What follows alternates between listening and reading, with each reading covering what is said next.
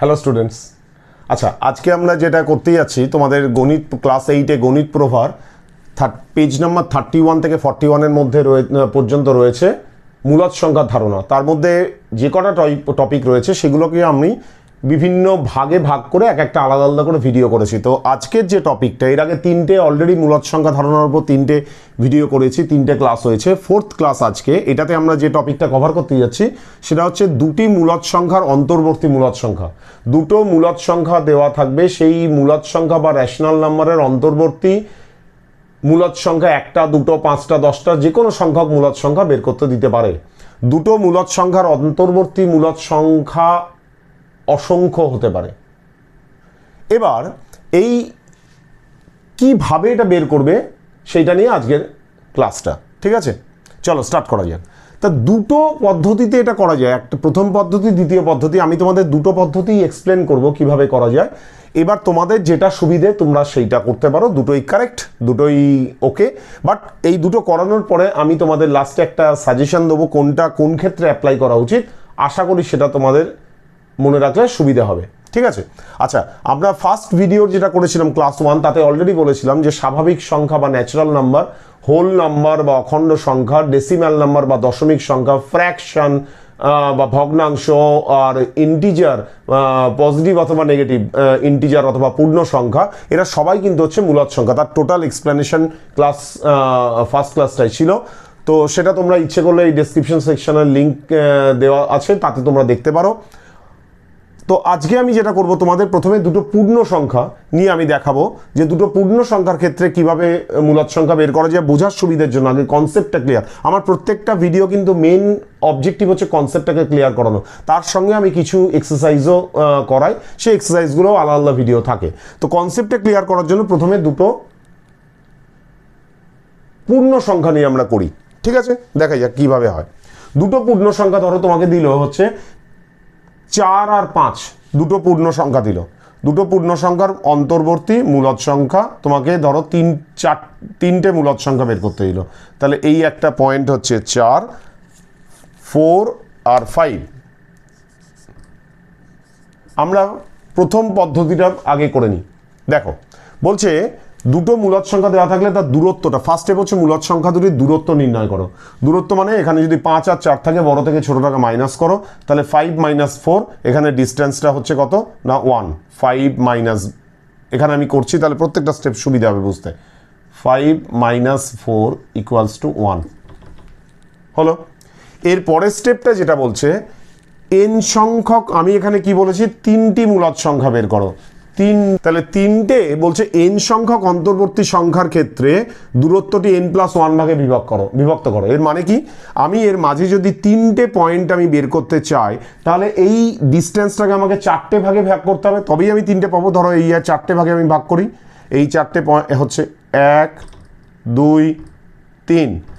এই তিনটে পয়েন্ট আমি বের করব, তার জন্য কটা ভাগে ভাগ করতে হলো? চারটে ভাগে ভাগ করতে হলো। দূরত্বটা কত না 1। তাহলে চারটে ভাগে আমি যখনই ভাগ করছি, তোমাদের ভগ্নাংশ যে কোনো একটা জিনিসকে সমান যতগুলো ভাগে ভাগ করবে, তাহলে চারটে ভাগে যদি এটাকে পুরোটাকে ভাগ করি, ডিস্টেন্স 1, তার মানে এক একটা ভাগ কত করে হচ্ছে না, এক একটা ভাগ হচ্ছে 1/4 করে।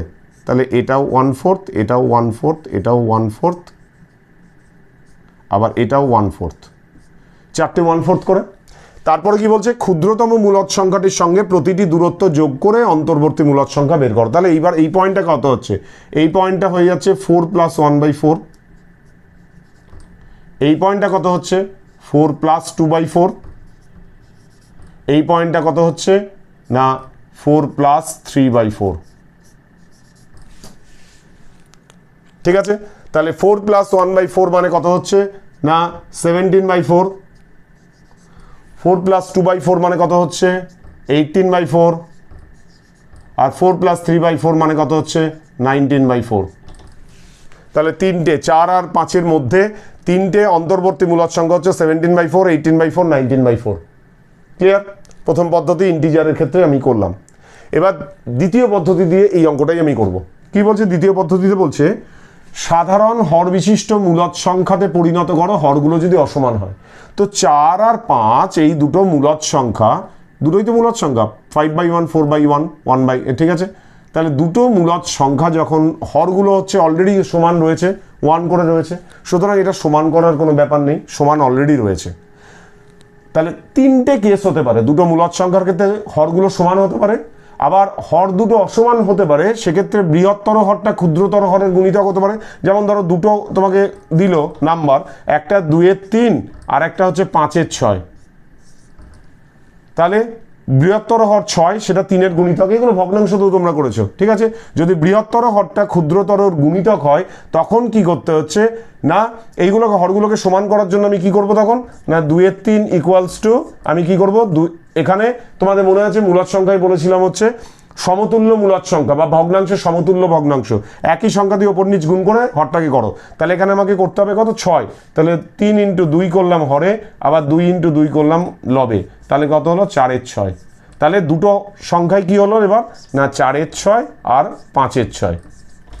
তাহলে এইভাবে হর সমান করতে হয়। বা আরেকটা কেস হতে পারে যেখানে হর দুটো অসমান কিন্তু বৃহত্তর হরটি ক্ষুদ্রতরটির গুণিতক নয়, সেক্ষেত্রে ধরো তোমাদের রয়েছে সংখ্যা দুটো দেওয়া রয়েছে, মূলদ সংখ্যা দুটো দেওয়া রয়েছে,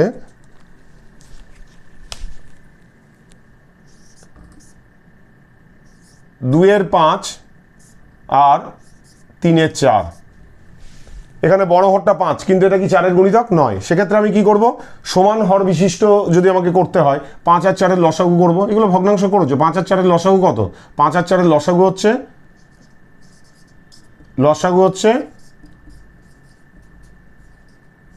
4 × 5 ইকুয়ালস টু 20, 4 আর 5-এর লসাগু হচ্ছে 20। এবার তাহলে আমাকে কি করতে হবে না হরটা করতে হবে 20, তাহলে হর যদি 20 করতে হয় এখানে কি হয়েছিল লসাগু না দেখা যাচ্ছিল না, লসাগু ইকুয়ালস টু 4 × 5 ইকুয়ালস টু 20। তাহলে এখানে আমাকে কি করতে হবে না 2-এর 5 ইকুয়ালস টু 2-এর 5 × 4 আর এখানেও 2 × 4, তাহলে কি হলো না 8-এর 20। আর এইটা হচ্ছে কত 3-এর 4, 3-এর 4 মানে হচ্ছে কত না 5 দিয়ে গুণ করতে হবে, 3-এর 4 ইন্টু নিচে 5 দিয়ে আর ওপরেও 5 দিয়ে লবার হরকে গুণ করলাম, তাহলে হলো 15-এর 20। তাহলে হর সমান হয়ে গেল। তাহলে যে করেই হোক তোমাকে হর যদি অসমান থাকে তাহলে হরগুলো সমান করতে হবে, হর সমান থাকলে তাহলে তোমার এখানে কোনো কিছু করার নেই। তো আমরা যে এক্সাম্পলটা নিয়ে কাজ করছি এখানে 4 আর 5-এর মধ্যে 3টে মূলদ সংখ্যা, তাহলে এখানে হরগুলো সমান অলরেডি রয়েছে, একটা হচ্ছে কি অত 4/1 আর একটা হচ্ছে 5/1, তাহলে হর সমান অলরেডি রয়েছে, এখানে আমার কোনো স্টেপ। সেকেন্ড স্টেপ হচ্ছে একইভাবে এইটার মতো, কিন্তু এখানে কি হচ্ছে n সংখ্যক অন্তর্বর্তী মূলদ সংখ্যার জন্য, তাহলে এখানে কি অত রয়েছে, এখানে আমরা দেখেছিলাম n ইকুয়ালস টু প্রথম পদ্ধতিতেও আমরা দেখেছিলাম কি তোমাদের বোঝার সুবিধার জন্য ঠিক পয়েন্টগুলোর পাশেই আমি মার্কিংগুলো করে রাখছি নম্বরের, যেগুলো অঙ্কে আমার লাগছে। তাহলে n ইকুয়ালস টু ছিল হচ্ছে 3, ওই জন্য n+1 হলো হচ্ছে ইকুয়ালস টু 4। তো সেম জিনিস এখানেও n+1, n সংখ্যক অন্তর্বর্তী মূলদ সংখ্যার জন্য দুটি মূলদ সংখ্যার সমতুল্য মূলদ সংখ্যা নির্ধারণ করতে হবে। তাহলে এবার কি হচ্ছে হরগুলো আমার সমান অলরেডি রয়েছে, এবার কি করব দুটোতেই আমি সমতুল্য মূলদ সংখ্যা বের করব, দুটো মূলদ সংখ্যারই যেখানে গুণ করব হচ্ছে সমতুল্য মূলদ সংখ্যায় কি করতে হয়, কিভাবে বের করতে হয়, লব আর হর দুটোকেই ওপর আর নিচ লব আর হর দুটোকেই একই সংখ্যা দিয়ে গুণ করে তবেই সমতুল্য মূলদ সংখ্যা বা ইকুইভ্যালেন্ট রেশনাল নাম্বার পাওয়া যায়। তাহলে 4কে আমি কিভাবে সমতুল্য মূলদ সংখ্যা করব না 4কে সমতুল্য মূলদ সংখ্যা করব হচ্ছে কত দিয়ে গুণ করে, এখানে n+1 কত বেরিয়েছে, এখানে n ইকুয়ালস টু 3 মানে n+1 ইকুয়ালস টু 4। তাহলে এখানে কত হচ্ছে 4 ইকুয়ালস টু আমি ওপর নিচ 4 দিয়ে গুণ করব, 4 × 4 বাই নিচে 1 আছে 1 × 4 মানে হচ্ছে 16/4। আর 5কেও আমরা করলাম কি না 5/1 × 4 × 4 তার মানে হচ্ছে 20/4। তাহলে 16/4 হচ্ছে স্টার্টিং পয়েন্ট 4 আর 5 হচ্ছে 20/4, যার সমতুল্য মূলদ সংখ্যা বের করে নিলাম। এবার মাঝের পয়েন্টগুলো জাস্ট বের করো, এরপর মাঝের মূলদ সংখ্যাগুলি নির্ধারণ করো, স্টেপ নাম্বার 3। তাহলে কি হচ্ছে 16/4 আর 20/4 এর মাঝের মূলদ সংখ্যাগুলো কি হচ্ছে 17/4, 18/4, 19/4, 17/4, 18/4, 19/4। 19/4। ক্লিয়ার? তাহলে দুটো পদ্ধতিতেই কিন্তু তোমরা করতে পারো, যেটা তোমাদের ক্ষেত্রে সুবিধে লাগবে।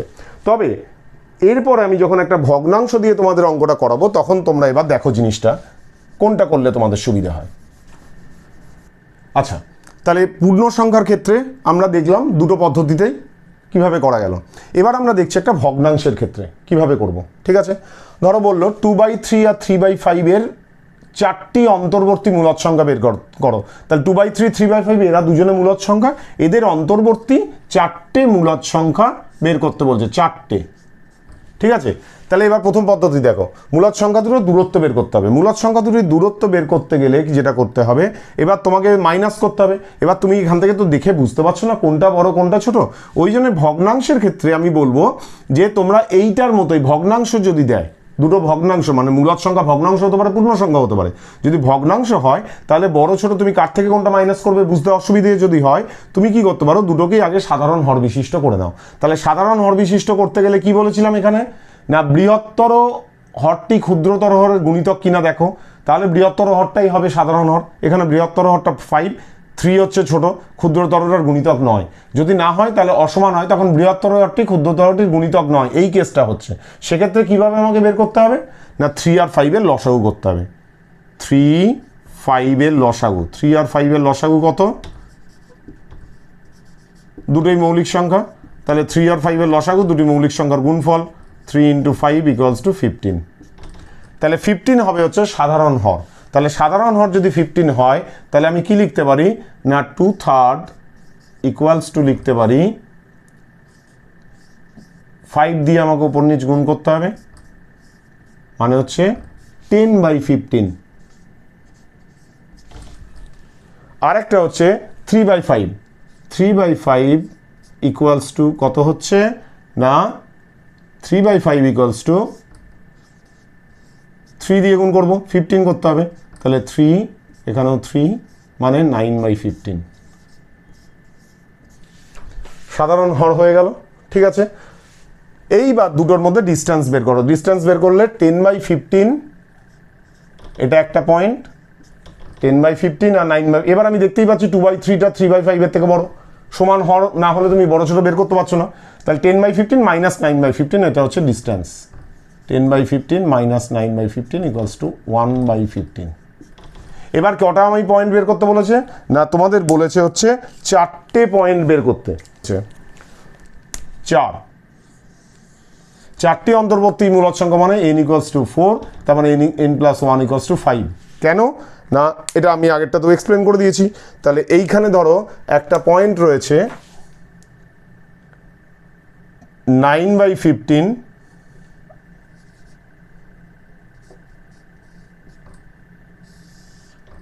আর এই পয়েন্টটা হচ্ছে 10/15।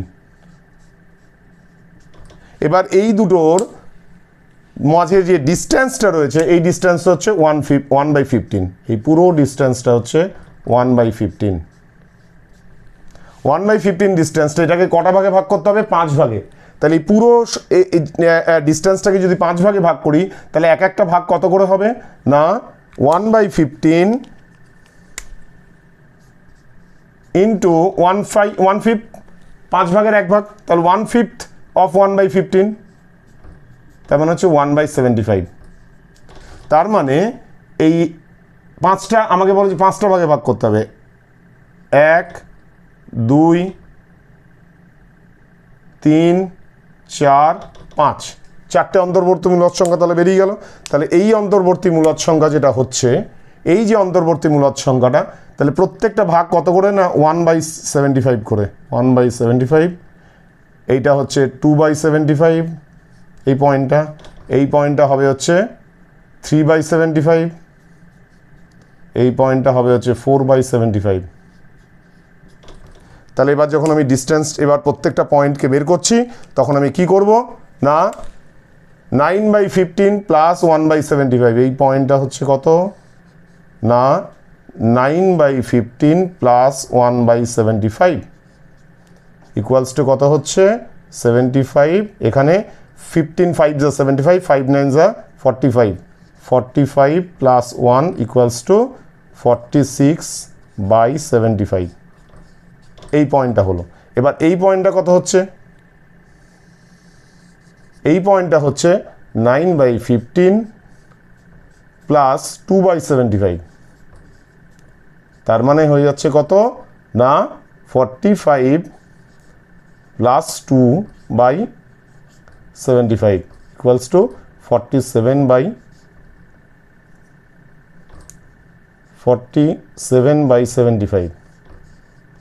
নেক্সট হয়ে যাচ্ছে 9/15 প্লাস 3/75, এই পয়েন্টটা চলে আসছে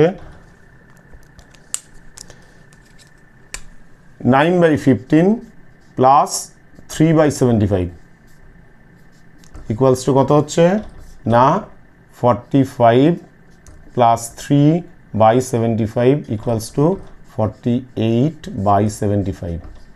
নেক্সট পয়েন্ট কত হচ্ছে 9/15 প্লাস 4/75 ইকুয়ালস টু কত হচ্ছে না 49/75। তাহলে চারটে পয়েন্ট আমার বেরিয়ে গেল, এইটা হচ্ছে নেক্সট পয়েন্ট।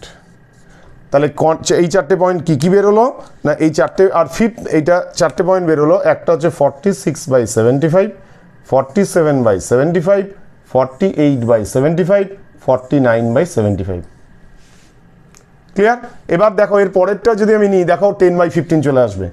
9/15 প্লাস এটা 5/75 হবে, 5/75 ইকুয়ালস টু কী হবে না 50/75, হুইচ ইজ ইকুয়ালস টু 2/3। 2/3 মানে কি না 2/3 ইকুয়ালস টু হচ্ছে তোমার কত বেরিয়েছিল 2/3 ইকুয়ালস টু বেরিয়েছিল 10/15। এই দেখো 10/15 2/3, তাহলে এই পয়েন্টটা চলে এলো। তাহলে চারটে পয়েন্ট এইভাবে বেরিয়ে গেল প্রথম পদ্ধতিতে। তাহলে আমরা দেখলাম ডিস্ট্যান্স, কিন্তু যদি ভগ্নাংশ দেয় আমি তোমাদের বলবো ফার্স্ট স্টেপে প্রথমেই দূরত্ব না করে প্রথমে তোমরা যেটা করবে সেটা সাধারণ হর বিশিষ্ট দুটো সংখ্যাতে আগে পরিণত করে নেবে, ঠিক আছে? তাহলে তোমাদের কোনটা বড় কোনটা ছোট বুঝতে পারবে এবং সেই বড় থেকে ছোটটা মাইনাস করে ডিস্ট্যান্সটা বের করে নিতে পারবে, ঠিক আছে? হয়ে গেল।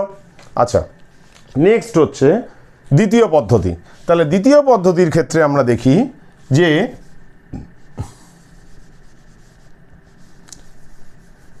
দ্বিতীয় পদ্ধতির ক্ষেত্রে আমাদের প্রথম কি বলা ছিল না প্রথম বলা ছিল হচ্ছে দ্বিতীয় পদ্ধতির ক্ষেত্রে সাধারণ হর বিশিষ্ট মূলদ সংখ্যায় পরিণত করতে হবে, যেটা অলরেডি আমরা করে রেখেছি প্রথম পদ্ধতি থেকেও।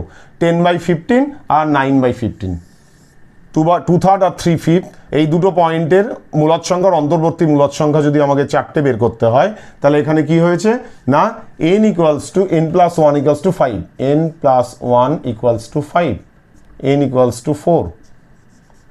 প্রথমে বলেছে সাধারণ হর বিশিষ্ট মূলদ সংখ্যায় পরিণত করো, হরগুলো যদি অসমান হয়। আমি দেখে নিয়েছি অসমান 2/3 আর 3/5, 3 আর 5। এবার এবার তিনটে কেস হতে পারে, হর দুটি সমান আর অসমান হলে বৃহত্তর হরটা ক্ষুদ্রতর হরের গুণিতক। আমি দেখেছি না বৃহত্তর হর ক্ষুদ্রতর হরের গুণিতক নয়, বৃহত্তর হরটা ক্ষুদ্রতর গুণিতক যদি না হয় লসাগু করে আমরা হরটা সমান করলাম, যেভাবে আগেরটাই করলাম। লসাগু করে 15 বেরোলো, 15টাকে আমি সাধারণ হর করার জন্য কি করলাম না ইকুইভ্যালেন্ট রেশনাল নাম্বার আমরা বের করলাম 10/15, 9/15 সমতুল্য মূলদ সংখ্যা। এটা প্রথমে হচ্ছে হরগুলো জাস্ট সমান।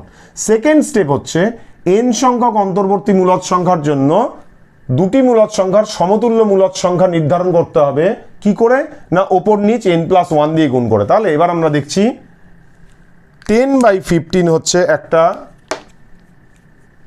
প্রথমে একটা 9/15 দেখি। তাহলে 9/15 এই যে সংখ্যাটা এইটাকে আমি কি করব ওপর নিচ n প্লাস 1 মানে 5 দিয়ে গুণ করব। তাহলে 9 ইন্টু 5 বাই ছোটটা দিয়ে শুরু করবো সবসময়, 9/5 ইন্টু 15/5 ইকুয়ালস টু কত হচ্ছে 45/75। প্রথম পয়েন্টটা বেরিয়ে গেল। 3/5 এটা হচ্ছে ছোটটা, তাহলে এটা মানে হচ্ছে 45/75। কি করে বের করলাম না সমতুল্য মূলদ সংখ্যা বা রেশনাল নাম্বার বের করলাম n প্লাস 1 দ্বারা গুণ করে। n প্লাস 1 মানে 5, n প্লাস 1 মানে 5, এটা দিয়ে ওপর নিচ গুণ করলাম। এবার আমরা করছি 10/15 2/3 যেটা 10/15 এটার সমতুল্য মূলদ সংখ্যা বা ইকুইভ্যালেন্ট রেশনাল নাম্বার বের করছি। 10/15 10/15, এটাকে গুণ করলাম ওপর নিচ কত দিয়ে, না n + 1 5 দিয়ে, তাহলে কত হলো 50/75। তাহলে দুটো প্রান্তিক পয়েন্ট আমরা পেয়ে গেলাম, একটা 45/75, একটা 50/75। তোমাকে কটা পয়েন্ট বের করতে বলেছে, না n = 4, 4টে পয়েন্ট বের করতে বলেছে, 4টি অন্তর্বর্তী মূলদ সংখ্যা। তাহলে 4টি যদি অন্তর্বর্তী মূলদ সংখ্যা হয় 45/75 এর পর থেকে দেখো 46/75। এবার কি হচ্ছে, পরপর লিখে দিতে পারবো, আর কোনো যোগ করার দরকার নেই। 46/75, 47/75, 48/75 আর হচ্ছে 49/75। দুটো পদ্ধতি আমি বললাম। এইবার যেটা আমি বলেছিলাম লাস্টে তোমাদের আমি বলবো কোনটা করা, তাহলে তুমি দেখছো যদি দুটো ভগ্নাংশ দেয় সেক্ষেত্রে তুমি প্রথম পদ্ধতি করতে গেলে কি হচ্ছে, বারে বারে তোমাকে যোগগুলো করতে হচ্ছে, প্রত্যেকটা পয়েন্টের সঙ্গে ওই ডিস্টেন্সগুলো ভগ্নাংশ যোগ করতে হচ্ছে, which is very big time consuming, যেটাতে একটু সময় বেশি লাগছে। এখানে কি হচ্ছে, শুধু দুটো প্রান্তিক বিন্দুকে তুমি বের করে নিচ্ছ, সমতুল্য মূলদ সংখ্যা দ্বারা নির্ধারণ করে গুণ করে তুমি দুটো প্রান্তিক বিন্দুকে তুমি সমতুল্য মূলদ সংখ্যায় পরিণত করে নিয়ে মাঝের পয়েন্টগুলো ফাটফাট করে লিখে দাও, বারে বারে যোগ করার কোনো দরকার নেই, তাহলে এটা অনেক তাড়াতাড়ি হবে। তাহলে তোমাকে যদি পূর্ণ ইন্টিজার নাম্বার দেয় বা পূর্ণ সংখ্যা দেয়, এটা ওটা যেটা ইচ্ছে করতে পারো, কিন্তু যদি ভগ্নাংশ দিয়ে দেয় সেটা পজিটিভ ফ্র্যাকশন, নেগেটিভ ফ্র্যাকশন, যে কোনো রকমের দিক, সেখানে তুমি দ্বিতীয় পদ্ধতিটা করলে তাড়াতাড়ি হবে। আশা করি পুরো জিনিসটা খুব কনসেপ্টটা ক্লিয়ার হয়ে গেছে কিভাবে করা যাবে। তাহলে যদি ভালো লেগে থাকে লাইক করো, আর যদি এরকম ভিডিও আরও পেতে চাও, যেগুলো পরপর আপলোড করবো তোমার কাছে ফার্স্ট নোটিফিকেশন তোমাদের কাছে যাবে, তাহলে এই চ্যানেলটাকে সাবস্ক্রাইব করতে ভুলো না। চলো সবাই ভালো থেকো, সুস্থ থেকো, থ্যাংক ইউ।